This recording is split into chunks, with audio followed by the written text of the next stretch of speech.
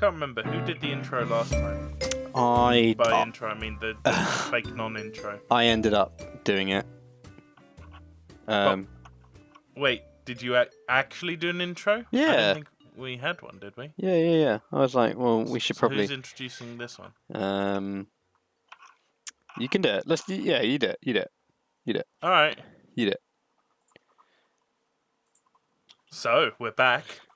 Hi. And I'm Vince. This is my mate Craig. Hi. He's one of the two large ones. I'm the other large one. And between us, we are two large ones. Yay! Oh, that'd be perfect time for a theme or something. Yeah. I'll just put the intro music in there again. Perfect. There we go. And then have it abruptly stop. Yeah. Just completely cut off. Well, yeah, so it'll be like intro music. Us talking about the introduction, who's doing it. Introduction, then intro music again. Oh, mate. Then it abruptly stopping, and then us now. That's great. And we're here. This is like that gag from Spaceballs. Have you seen Spaceballs? I've never seen Spaceballs. What the? Really? You've not seen Spaceballs, dude? I've not seen Spaceballs, dude. Oh my god. Yo, okay, so real talk, we gotta watch that, but there's a gag in Spaceballs. It's actually so amazing. They decide in order to find the bad guys, right? They're looking for the main characters because they've gone into hiding. Mm-hmm. And in order to find out where they've gone, they decide to watch the movie of Spaceballs in the movie. So they're fast forwarding and you get to see everything that's already happened, and then they fast forward to the bit that they're literally doing right this second. And so it's like an infinite loop on the camera of them looking back at the camera and then to the screen being like, this is happening right now in the film. Oh, that's awesome. And then, yeah, they eventually fast forward to find out where they're going to be going. Yeah. And then does that exact clip happen later on in the film then?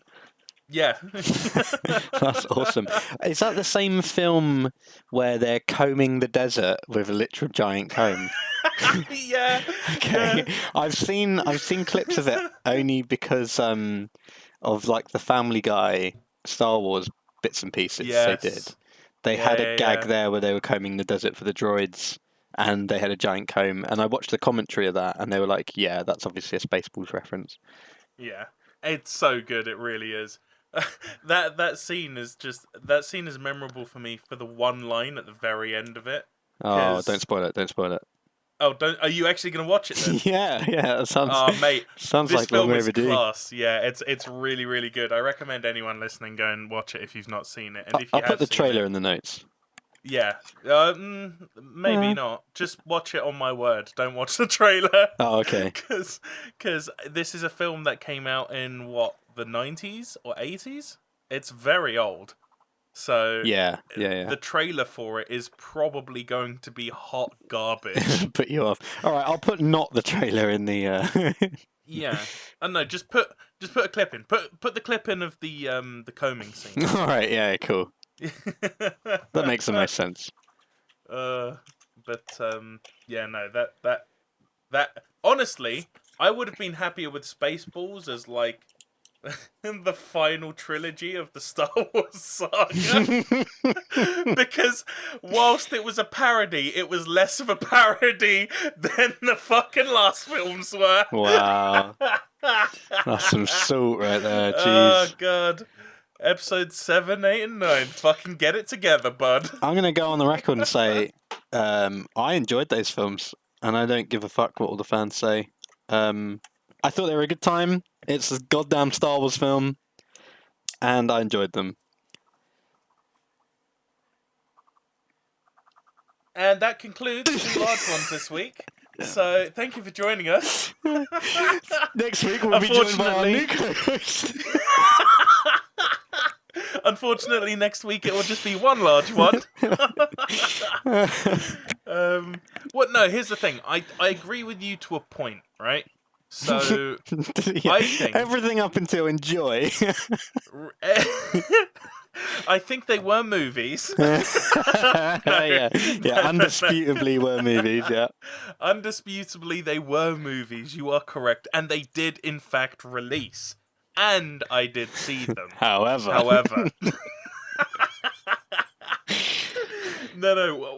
What I mean is, they were good movies in their own right, but as a part of a larger franchise which has so much background and lore and very unique style of doing things, I thought they were a real disappointment.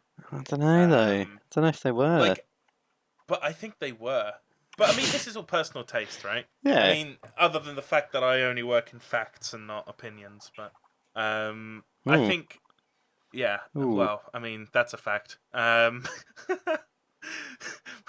What I mean to say is, right, is that I think that they were good as films, but as Star Wars films, I don't know. He doesn't know. Like, Mandalorian is infinitely better than those last 3 Star Wars films. Infinitely better. Change my mind. Well, I've not seen The Mandalorian.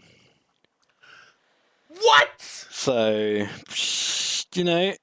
How have you... Okay, right. Fuck this social distancing shit. Wow.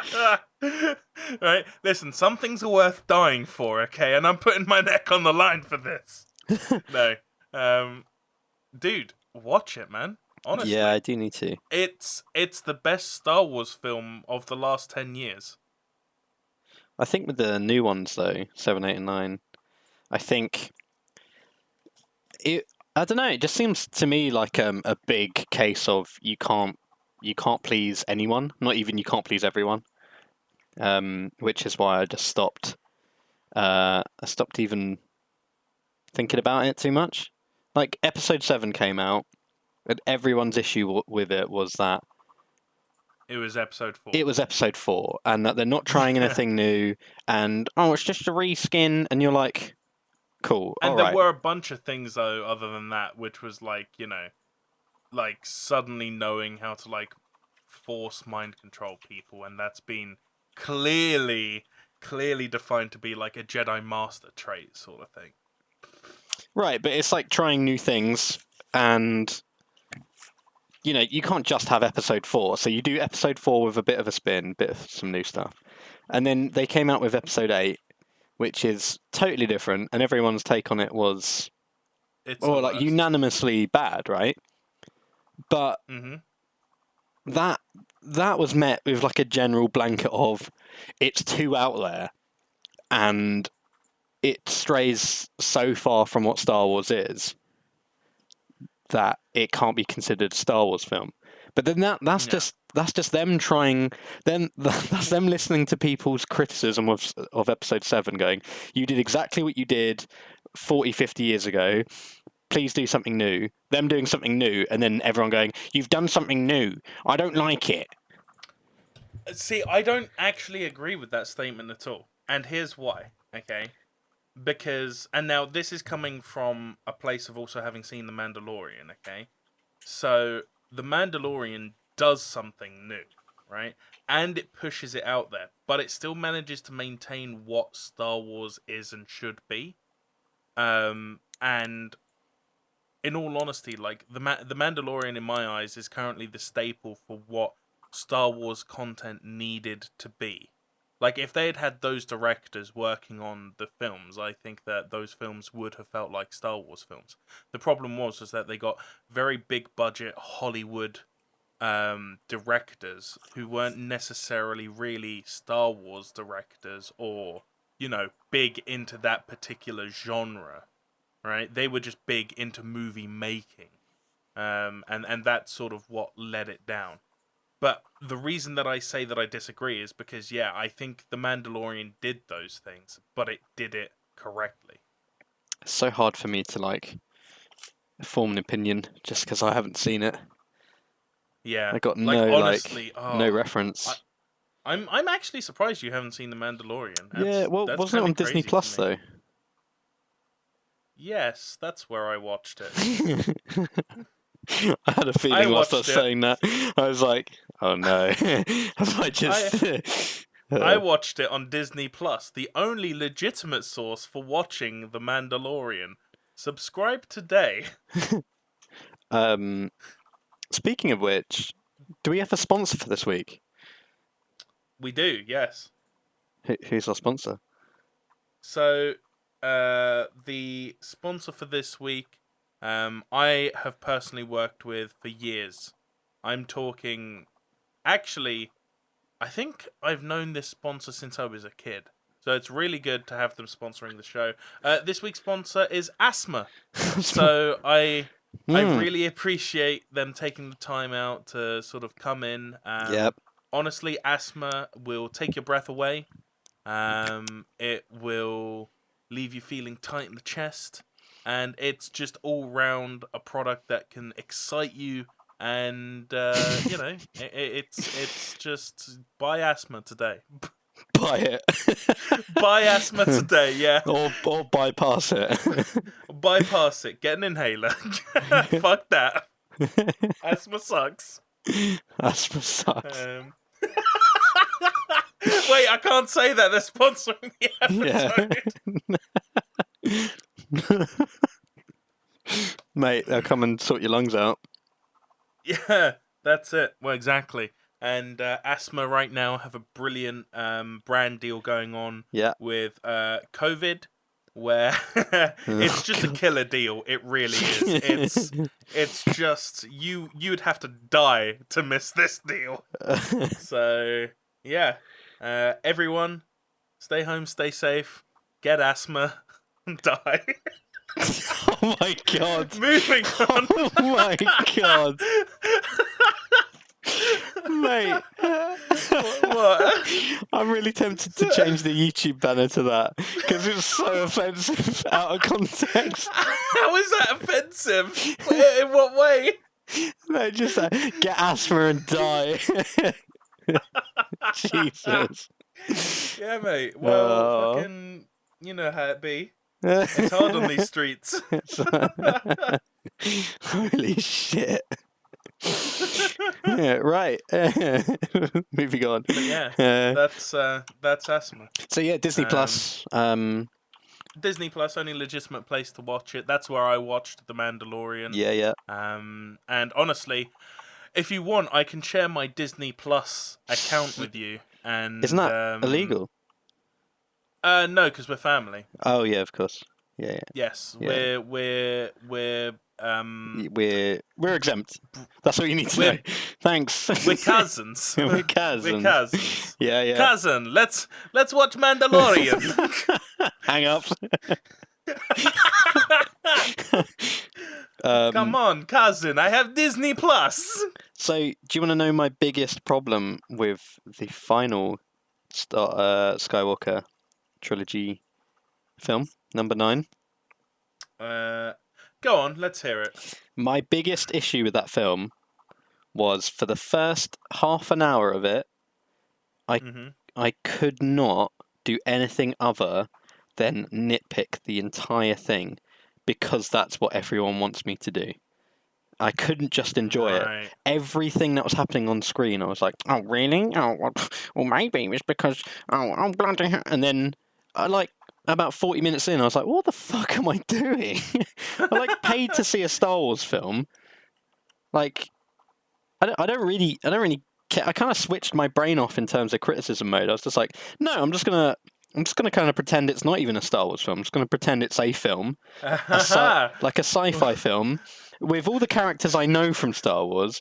But in terms of the kind of baggage that I've been picking up from online reviews and that kind of thing, I was just like, nah, I'm just gonna get rid of it. So legitimately enjoyed that film for the rest of it, despite all the weirdness, the Force making lightsabers appear behind people and stuff like that. I thought that was a bit niche, but at the same time I was like, yeah, fuck it, why not? Yeah, I fucking... Oh. I just... Are you okay? Okay. Okay. Was that Okay. no? For context, Okay. I've just sent Vince Are you sure? Are you okay, a bud? string of numbers as a message. No, okay, all right. To explain myself, I'm trying to clean my keyboard as we're having this chat and as we're recording this episode. Right. So I'm using my tweezers to like clean my keyboard, and I've got it open on the chat window so that it's not interrupting my recording or anything. And I didn't mean to send it, and I just hit send. Yeah. I didn't know if there was like if you were in trouble or something, so I just silently send messaged help. back. I just silently messaged back saying, "Do you need help?" while he was talking. Yeah, cough once for yes, cough twice Yeah. for Blink stay. twice. Oh no. Yeah. I can't even see you. So no, so listen, you said something actually, which is when I went aha, right? Mm. So you didn't even think of it as a Star Wars film and you began enjoying it. So I went into that film with that expectation from the get-go, right? Yeah. And for the most part, I really enjoyed that film. I judged that film as I was watching it as an independent film, independently of Star Wars, and I thought, this is actually a pretty good film. But the second that you give it that context of it is a Star Wars film, it becomes so wildly displaced from the franchise. I mean, don't get me wrong, out of the three of them, I would say 9 was the closest to being a legitimate Star Wars film. Although, I would like to point out that the 9th film was so non-committal with itself That's that true. it even said the phrase, "The Emperor is back somehow." Somehow! So, just, Did it we don't actually have say a that? reason. Yes, that is a direct quote from the film. They literally said, "The Emperor is back somehow." Like, Oh my god, that sounds like script notes. it's so uncommittal that they're just like, "Yeah, he's back somehow. I don't know. We need to fucking kill him again." That's Like, funny. how non-committal can your own film be about itself? Like, what the fuck? But that's what I mean. Like, when you even those sort of lines for me, I'm like, bruh, that's not even good cinema. That's that's not just a bad Star Wars film. That's just like bad. That's just lazy script writing. Yeah, that's literally the same as if like they did another Lord of the Rings, and Gandalf showed up to Frodo, gave him the ring, and was like, "The ring is back somehow. You must destroy it again." It's like, bruh, what? Why? Yeah. Like, hello? I'd love for that to happen in the opening 2 minutes of the film. like Fellowship just goes into this huge like backstory of lore for the first like 20 minutes or however long it is, and then if you Yep. just got like a sequel to it where it's just Gandalf arriving in like a panic and a sweat, and he's just like, "Frodo, the ring is back somehow. We need to destroy it." The ring is back again. Yeah. We keep destroying it and it keeps coming back. We don't know how. And somehow I always wind up in possession of it. Yeah, I'd blame him. Just He just wants an adventure the whole time, and because he outlives Yeah. everyone all the time, it's no big deal for him. The thing was as well was that they didn't even address how the Emperor was actually back. I wouldn't mind. Here's the thing. I genuinely wouldn't mind the characters being like, somehow he's back, we don't know. If there was then actually a reveal later on for this is how he came back, right? But there was no reveal. No. There was no information given on that. It was just, yeah, he's back, we don't know how. You as the viewer also don't know how. Wait, wasn't he yeah, he was like cloned. Or Well, that was never actually officially revealed though in the film. Like in the film, all that you saw was that he was hooked up to a large up fucking machine, and that was it. Like it was never explained so how. is that how that was described as well? Yeah, that was said immediately after they said we don't know how he's back, but he's connected to a large up fucking machine. It was a really weird film. I don't know. Yeah. But yeah, they genuinely never explained it. They never even mentioned it once. They didn't say how he survived the fall of, being thrown out of a tube in space, or how, he came. Nothing, just nothing was explained. It's heinous. But here's the thing: last 3 Star Wars films, good as independent films, but in terms of what people expect for Star Wars, nah, I can't live with that. Well, it's just grown way too big for its own good. In all honesty, like they'll never. I don't know. It's just like they've created this legacy which is bigger than what they can now achieve. But here's the thing: I feel like they achieved the classic Star Wars feel with Rogue One. That's a fair shout.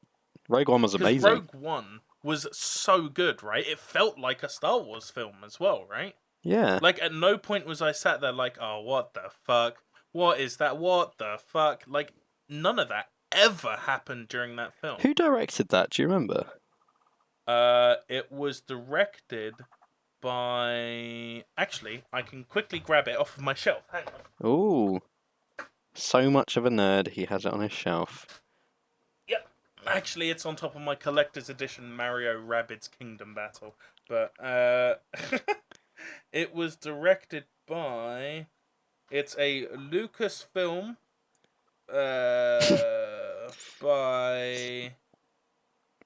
directed by... Where the fuck is his name? I can't actually find any information on the person who did this. You would assume, like, with a film, the director would be quite easy to find. I don't know if this was directed by a big name or not. Oh, here we go. Hang on. Music by... Oh. John Williams. Cool. Of course. Where is... Rogue One director was Gareth Edwards. Okay. No, hang on. Just Googled it, mate. Directed by Gareth Edwards. Yeah, it's at the very end of this list I'm reading. Why is that God, so why'd you have obscure? to ruin it for me? That was... Why'd you have to spoil the end of the list for me? What the fuck? That's rude. I ruined the final boss for you, did I? Yeah. I was like, now I already know it. Thanks. Gareth Edwards. He's not done much, to be honest, in film. Yeah. But he nailed this. He directed 2014 Godzilla. Oh, people fucking loved that film. Yeah. From what I remember. And he directed 2010 Monsters. I can't even say I've heard of that. I haven't heard of that either. Oh, wait. No, I haven't heard of that. Oh, wait a minute. No, definitely haven't. Oh, wait a second. I have no recollection of that. That's perfect. Oh, no way! I don't remember any of those things. He's also done some other bits and pieces. Oh, hang on a minute. What's he done? Go on. Hang on a minute. Other credits. Oh, he was in The Last Jedi as a Resistance soldier, as a cameo. Ah. Hang on a minute. The Last Jedi... Have you seen what it's described as on Wikipedia? No. Star Wars The Last Jedi is a 2017 American epic space opera film. American space opera? Epic space opera? What? I mean... Is it? I guess. I just don't like the phrase American. I think that's the weird part. Oh, I suppose. Yeah. I mean, it's set in space, right? American space. Oh, all of space is American space. That's why we have the Space Force. You can't move for the flags planted in mid-space. It's just too many. This bit of space is also mine. America claims all of space as its rightful domain. Space is huge. Huge. Just the way you said huge, that was what got me. Oh man, fuck. I need to look up all of Star Wars now. This is a thing. This needs to happen. That's fucking amazing. So But Force, here's the thing. The Force Go on, Awakens. sorry. Yeah, The Force Awakens is a 2015 American space opera film. Oh, so 2017's was epic space opera. This was just merely a space opera. Makes sense. Where Return of the Jedi is an epic space opera film. This is blowing my mind a bit. I had no idea that people referred to Star Wars as a space opera. It's kind of madness. Space opera is a subgenre of science fiction that emphasizes space warfare, melodramatic adventure, interplanetary battles, chivalric romance, and risk-taking, set mainly or entirely in outer space and usually involves conflict between opponents possessing advanced abilities. I mean, that's it to a T. Yeah. I've never heard of this phrase, that's all. Yeah, I'll be honest, I've never really heard of it either. There's going to be people listening being like, well, yeah. Like, it's just such a basic fact to some people. It's like me going, wait, water boils at 100 Celsius. What?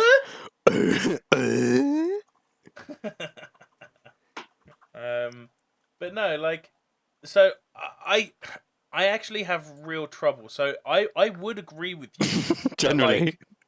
Generally, I would agree with you on Star Wars has become too big of a thing for people to be able to handle. But the proof is there that there are people out there capable of it. Yeah. Because you got Rogue One and The Mandalorian, both of which were huge and were just, in my mind, good Star Wars additions. Yeah. Yeah, so, I mean, I'll be honest, I feel like you'll probably change your opinion once you've seen The Mandalorian.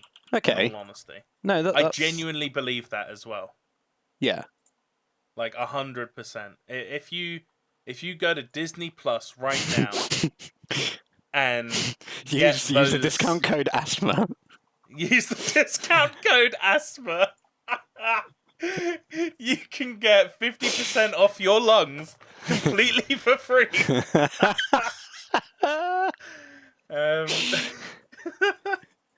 No, fucking yeah, I do, and I think yeah, I think that's potentially now okay. There's actually this topic is so huge that I feel like we could talk about so many different controversial things and never run out of content. Actually, genuinely. Yeah. Like, I feel like we could just talk about Star Wars all goddamn day without ever once stopping to be like, oh, what's another controversial thing that we could talk about? Yeah, it just kind of happened. Because, no, there was a lot of controversy surrounding the new films, right? Yeah. So... I mean, a lot of people didn't like Rey and the actor. Was it Riley? Was that the actor's name? I can't remember. Daisy Ridley. There Daisy we go. Ridley. Thank you. I was close. With Riley. A lot of people just didn't really like her character arc or her acting. A lot in China there was huge controversy over the fact that the Asian girl, I forget what her name is. Rose, yeah. Kissed, what's his name? Finn. I nearly called him Chips. Finn and Chips. Well, no, because I was like, I remember it was like a one-word name. I mean, all names are one word, but it was like almost a one-syllable name, something very basic as well. And I was like, is it Chips? No, that's not right. That's something else entirely. It seems to me, my friend, that you've got a lot of strong opinions about film where you don't even know any of the... Oh my fucking god, here we go. Here we fucking go. Fucking... Who, like, what film did you watch? Chips? Riley. Fucking... What the Oh, fuck I'm were you sorry. watching, mate? I'm sorry that those characters were not memorable. My bad. I'll go back and fucking commit them to memory, shall I? Look, mate, log into Disney Plus, right? Boot yourself up. Star Wars Episode 12, The Saga of Finn and Chips. Finn and Chips, yeah. and watch it through and pay attention. That's all I'm saying. Sorry, my bad. I just lost interest after it turned out that Finn and Chips were both able to use force healing, and that they could constantly sustain each other from dying by force healing each other permanently. It was crazy. Yeah. It was too much, and the fact that the Emperor returned again. Yeah. For some unbeknownst reason. You know, the fact that this is now like his 14th return. I actually I think it's kind of. I was going to go really hipster for a sec, but unironically, I just wanted to let you know that before I even launch into this. I was going to say, I actually really enjoy it when things in films aren't explained and they're left up to your own interpretation. Yeah, I know. No, to be fair, some films do that. Yeah, some films do that, and it's quite good. But here's the thing: you can't do that for certain things, right? Certain things you can't just be like, oh, we'll leave that up to mystery, because it's like, wait, no, hang on, no, you can't just leave that up to mystery. That's fucking heinous if you do that. Like, so okay. Nope. One where it's like leaving it up to your imagination and you don't know. It's like, ooh, what is it? Yeah, right? yeah. Inception, right? Inception with the thimble at the perfectly. end, right? Where he's spinning it, right? And you see it sort of wobble, but it doesn't actually fall, and you're like, oh, is he awake? Is he asleep? Who knows, right? And that's fine. That's awesome, because that builds on it, right? That adds to it, right? Yeah. But when you have not just a main character, a pivotal character of an entire franchise come back from the dead for no reason other than to now drive more narrative, that is... You better have a damn good reason that he's back. Well, I think the reason for that is because it sounds like it was written by a kid, right? Because when you're playing as a kid, you're like... Because it was. Exactly.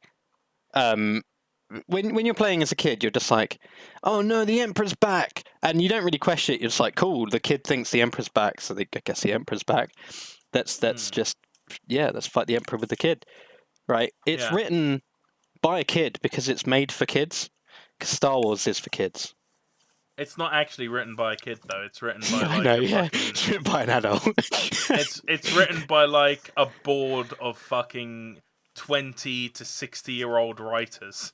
Oh no! To kind of summarize, I've got another full circle thing as well. But okay. To kind of summarize the new Star Wars, they're a good time.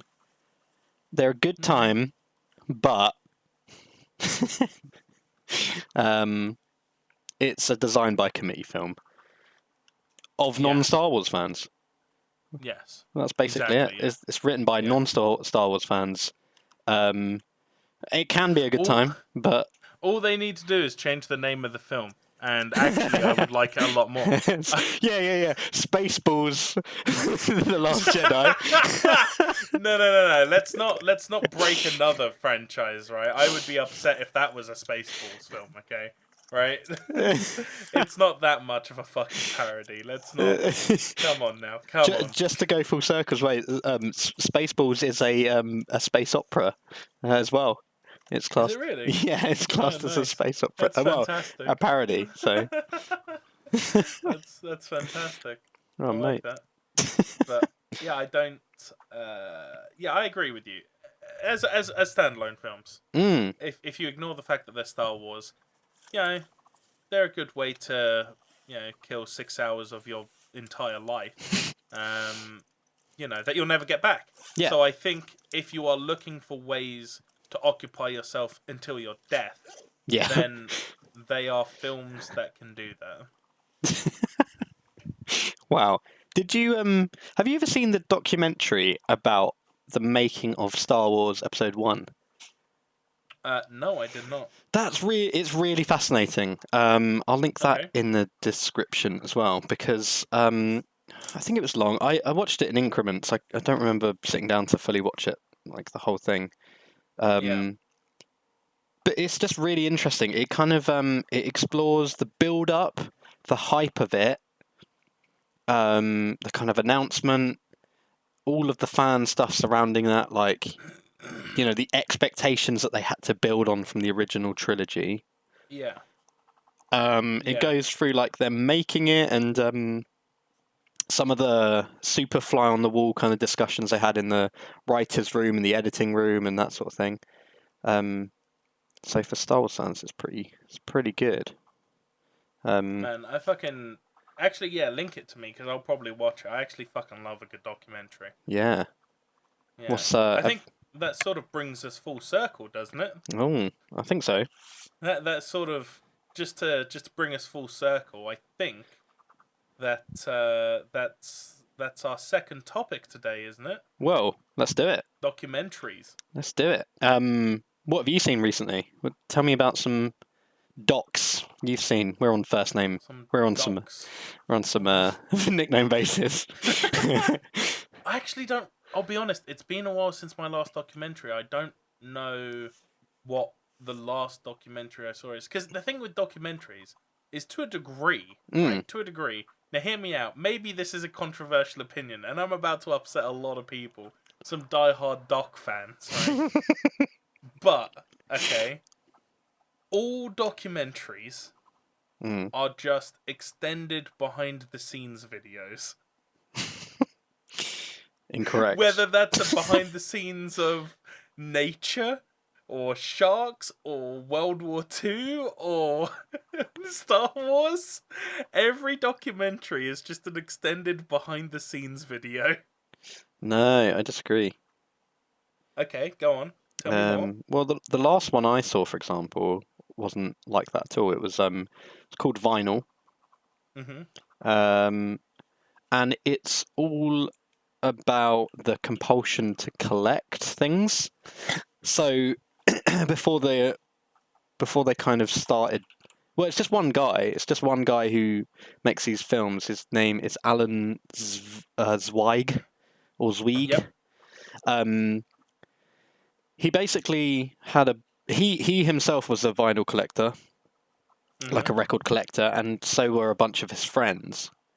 And he all kind of noticed that they had the same sort of traits and the same kind of like social traits, the same compulsions and stuff like that. So he started filming this documentary where he just asks his friends, like, why do you collect records?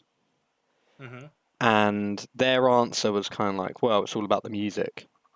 And they're like, well, if it's all about the music, why not CDs? Why not digitize everything? Yeah. And they're like, well, because it's Fair question. It's about the music, but it's also about the records. Well, then why is it about the records? And they're like, they almost get really defensive. They're like, why are you asking me that? Why do I have to justify my own hobby to you?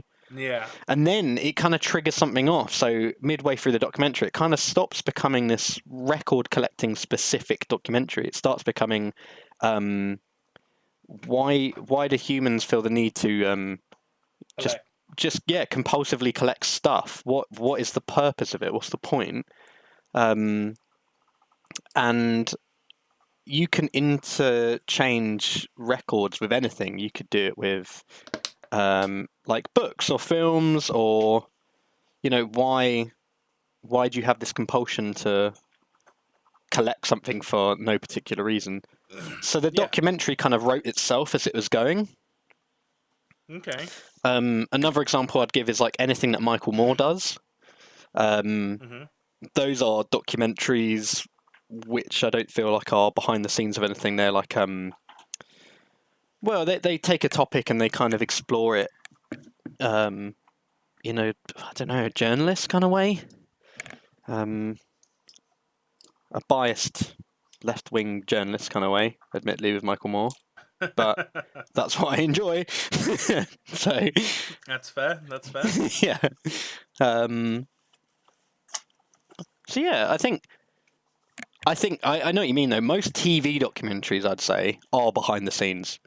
So I think I would bring it back to your description of the sort of vinyl, right? Mm, I would argue that is an extended behind the scenes, and it's an extended behind the scenes of the human psyche, right. and that's it. It's just the behind the scenes. It's oh yeah, this is how we're exploring the human psyche. This is how it works, sort of thing. Like that's what a behind the scenes is, right? But it's not framed like that. He didn't really set out to really achieve anything. But that's what he achieved in the end, right? No, there wasn't any kind of conclusion. Well, no, I think you can draw a couple conclusions from that, right? Well, you Yeah, can. like yeah, definitely. Like you can draw. That A wasn't conclusion, supposed like, to sound so like. fucking- well, I mean, you can view what. Your conclusion. Oh. No, so like you can draw the conclusion that like people like to collect things and that we don't understand it. Mm. That's a conclusion. No. People There get was defensive about it. That's a conclusion. there was so he almost went a bit Jeremy Paxman on them. They're like Oh God. like why yeah like why do you feel the need to collect things? And they're like, well, who are you to kind of ask that? And the more he explores that, the more he questions these people. He basically ends up asking them like, what's missing in your life? Oh my God! What a savage. Yeah. What's missing in your Who life hurt that you need to fill it with objects? Mm-hmm. Because that's what you're doing. You're trying to fill the compulsion to collect is the like you need something. You constantly need something. And it's never enough to own it even. You can that was something super interesting about it. He kind of flipped it on its head and said the thought of not owning something and wanting it is actually sometimes more gratifying and more rewarding than owning it because of the level of interest and thought you put into like one day I'm going to own something that I absolutely love. Yeah.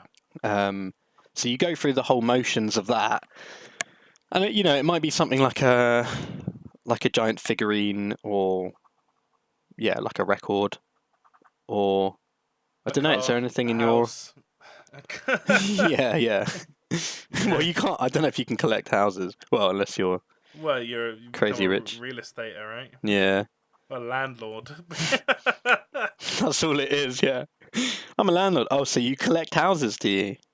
Nice, dude. Yeah. Yeah, I keep all of my houses in a glass box to keep them warm. Yeah, I'm now forever referring to my record collection as my portfolio. Wow, referring to any collection as a portfolio is amazing. It's such a douchebag move. And as you can see, here's my portfolio. Yeah, these are just pogs, mate. These are Pokemon cards. And you're just like, yes, and it's extensive. Yeah. Oh dear. So yeah, he basically it did get into a bit of the psychological side of things, but I felt it was more an explorative type of documentary. Explorative, yeah. So as opposed to a behind the scenes. There are a type of documentaries I just cannot watch, and I don't know if you have that or not, but because I know that you're huge into your documentaries. I am, yeah, which is why I'm a bit defensive. I'm a bit triggered. I'm on edge right now, mate. Yeah? Don't push me. Well, get ready, right? Because you're going over. Start sharpening the knife because you're about to need to commit murder.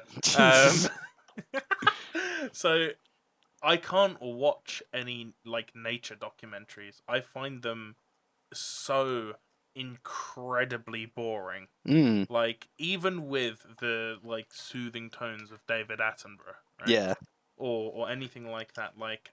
I can't watch them because I find them boring. And okay, so this is a true story. Okay, so I in another country where this is legal, I smoked a bunch of weed, and In another country. where it's legal, yes. Okay. And I I then tried to watch. So You're right. I so then, you can cut this out if you want, but that's no, really tickled this me. is... Why? I go to other countries all the this time. one time I smoked so much weed I thought I was in a different country. No, that wasn't what happened.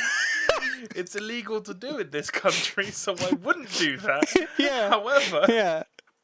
in another country where it is legal, Yeah. I once smoked a bunch of weed and was like, cool, I'm going to try and watch Blue Planet because everyone is so fucking hyped about this, right? Everyone fucking loves this documentary and thinks that it's so good. Maybe I'll enjoy it in a slightly different state of mind. In before, terrified. Yes. Honestly, it was the single most terrifying experience of my life. It was fucking heinous. I suddenly became super claustrophobic because everything was like underwater. It was just horrible. And then they started showing some of the more freaky creatures as well. And I was like, why am I still watching this? I hate every second. And long story short, yeah, even in an altered mind state, I can't watch documentaries about nature because I just find it boring or it just freaks or terrifying. me. Yeah, and it there's just never freaks a me the middle fuck ground. out. And I'm either completely bored or completely terrified. Right, it's not a good thing to be completely freaked out. No. And really high in another country, so you know. So it's not a good thing to happen. So we were watching Blue Planet. I would agree actually. I think Blue Planet is overrated in my opinion. Just in terms of enjoyability. Maybe I don't know, maybe I connect more with fucking machines than I do with living creatures. Maybe that's what it is. But I just yeah, I do. I definitely do. I don't know. I couldn't get into it in the same way that people kind of are fascinated by it. I'm actually genuinely I was more intrigued by a documentary 3-part thing on YouTube, which I will link below, and it's a making of, it's a behind the scenes of behind the scenes, how they film nature documentaries. And that to me was far more interesting. Yeah, it's fascinating. I'll link that below. But I was watching Blue Planet with Shelley, or it may have been one of the other ones, one of the Attenboroughs. And we worked out the formula, and from there on in, we couldn't watch it because we were like, it's the formula. It's the formula. It's the formula, and the formula is here is a creature in its natural habitat, and you're like, oh, that's cool. It does a lot of things to maintain its thing. Yeah, that's a direct Attenborough quote, I'm sure. Yep. I've heard him say that. Yeah. He rang me up to tell me that. Yeah, he was in the nursing home. And so that's the first bit, section 1. Section 2 of the same creature is kind of struggles it faces. Okay. However, it's not all easy walking for this creature, as it has to do this, that, and the other to survive. Isn't that slightly reassuring? Yeah. And then the third and final part is the prey that inevitably fucking destroys it, or something to do with complete conflict with a different animal or reptile, etc., etc., etc. And yeah, after we kind of worked out that 3-part formula, that was it. It just became relentlessly, here's an animal, and you're kind of drawn into it, and you're like, oh, that's a nice creature. And then immediately followed with, oh no, but then, oh, the formula, no. And then lo and behold, every time. So you can't do it.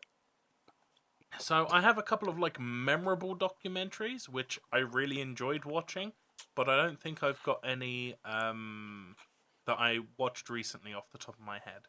No, I think the most shoot. recent one is probably World War II in color. In all Ooh, honesty, I've which watched is a on couple of Netflix. episodes of that. Yeah, that in all honesty, that for me was really fucking good. The fact that they went through and recolored so much of it, it really adds a new level of like reality to the situation, and it like I mean before you can appreciate what happened and the lives that were lost and everything, but seeing it in color, right, and like retouched up to make it a little bit sharper, a little bit more high detail. Yeah. It really brings home the point that yes, this is something that happened 80 years ago, but Yeah. it's not something that we should ever forget about. Fucking millions of people, millions upon millions of people, just like me or you, with our whole fucking lives. Think about the intricacies of our entire fucking life, right? Then you try and multiply that by a factor of millions, and all of them snuffed out within a few years. Yeah, And it's terrifying.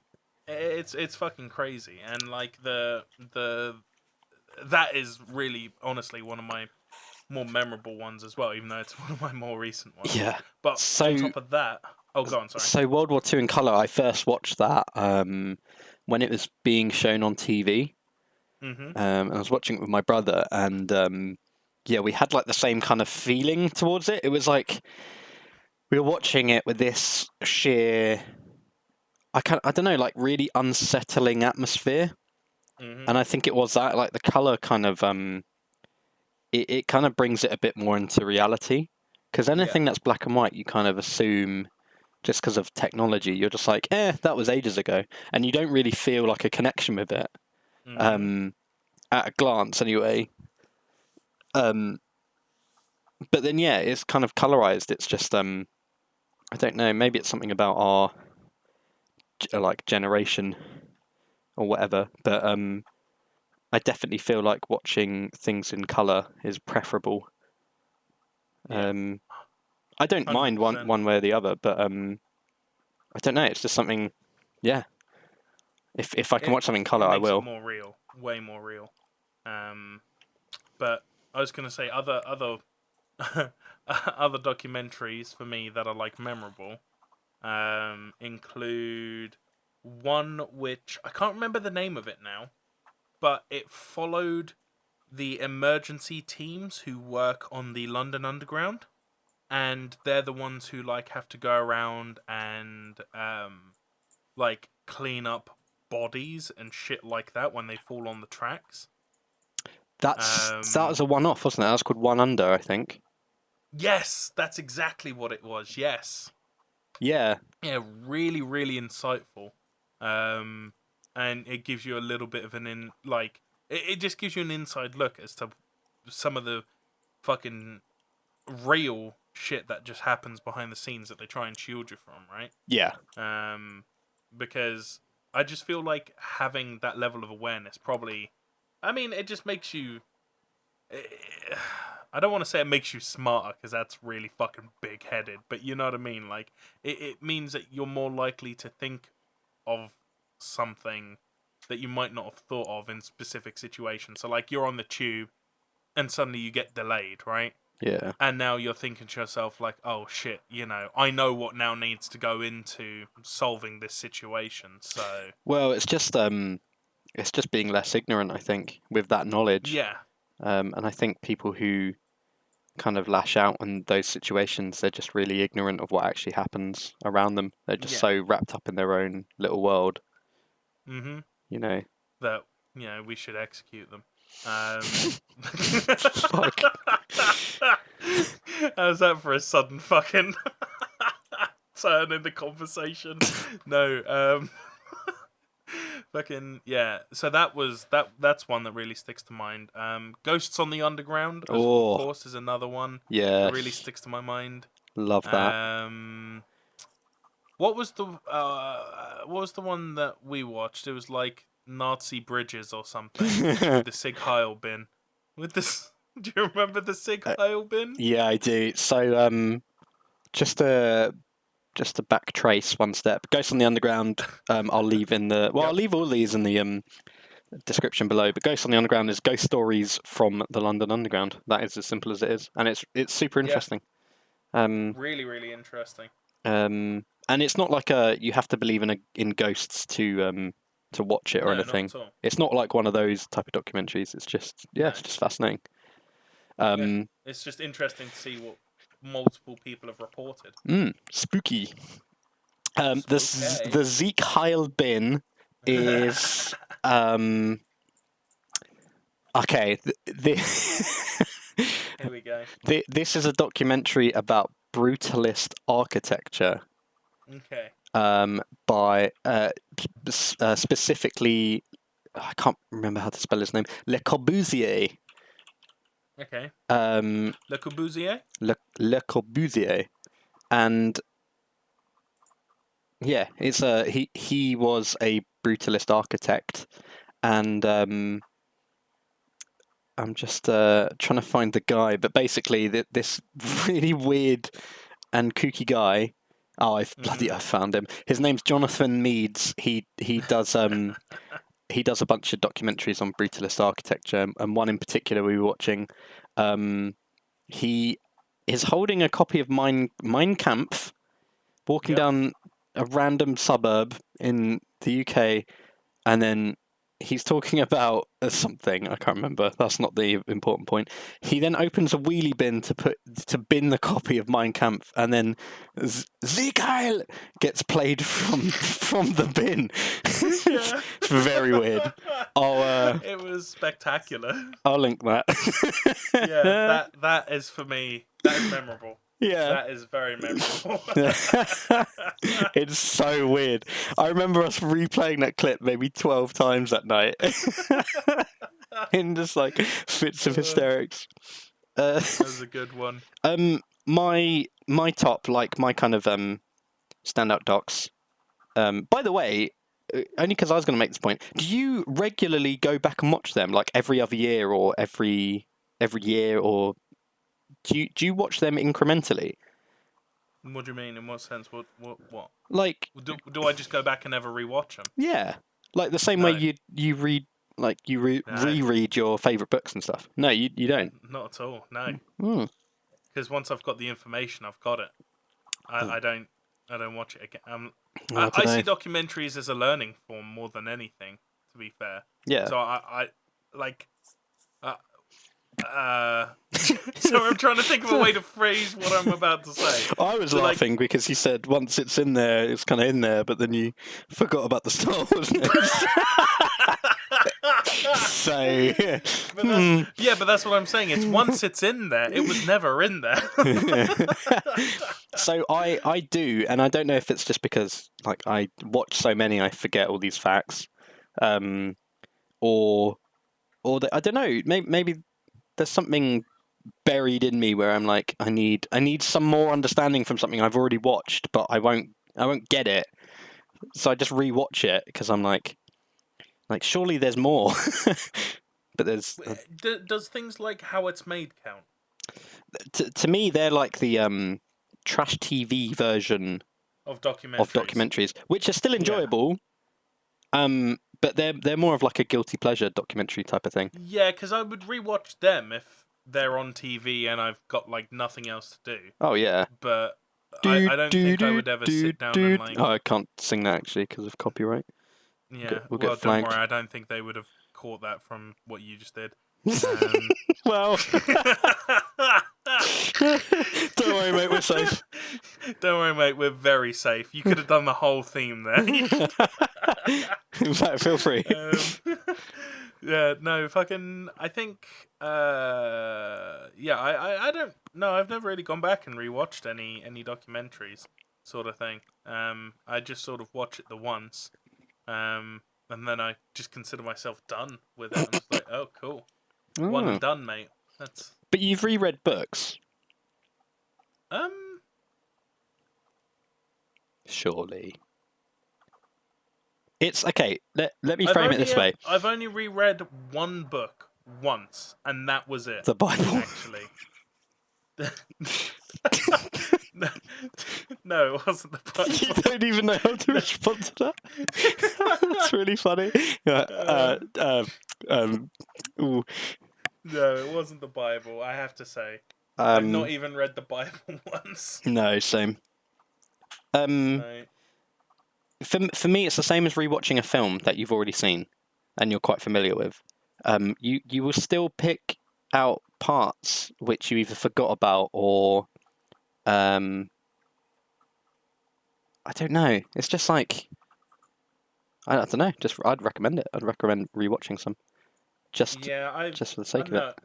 I've reread one book and that's it. In fact, I'll be honest. I don't. I sometimes rewatch films, but I like to avoid that as well. I'm like, if I'm gonna watch something, I want to watch something new because there's so much. There's so much. Yeah, I know what you mean. No, I'm the opposite. I'm like, oh, something new, something old. Like, I think my most rewatched film is probably Battleship, and that's it. Oh my god. Have I've never seen that. Seen Battleship? No, that's one with No. Rihanna Oh in my it, God. right? Yeah. Yeah, I've still never watched that. That's really good. No, I'll be honest. I really fucking enjoy that film. It's really cool. Nice. It's very HFY. I don't know if you know what that means. No, and I don't don't. know that anyone who's watching knows what that means. HFY is an abbreviation. It stands for Humanity Fuck Yeah. Okay. And the basic Right, I see. concept behind the genre is humans fuck yeah. Yeah. Sort of Okay. thing. It's like humans being badass in So situations. like Independence Day vibe. Yes, actually, yeah.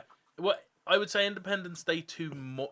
Independence Day 2 is more humanity fuck yeah. Okay. And then the first one, it is still a bit humanity fuck yeah, but because of how utterly fucking dicked on people get at the beginning of the film, it's not as much Yeah.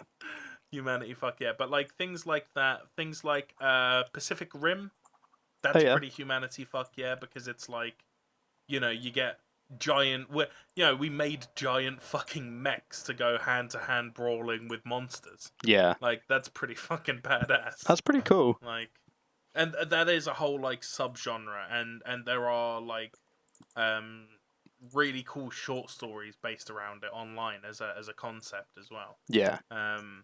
But that's why I rewatch it. But yeah, I don't really rewatch a lot of things or reread or anything like that. The only thing that I've ever like rewatched is TV shows, but that's mainly because I like background noise.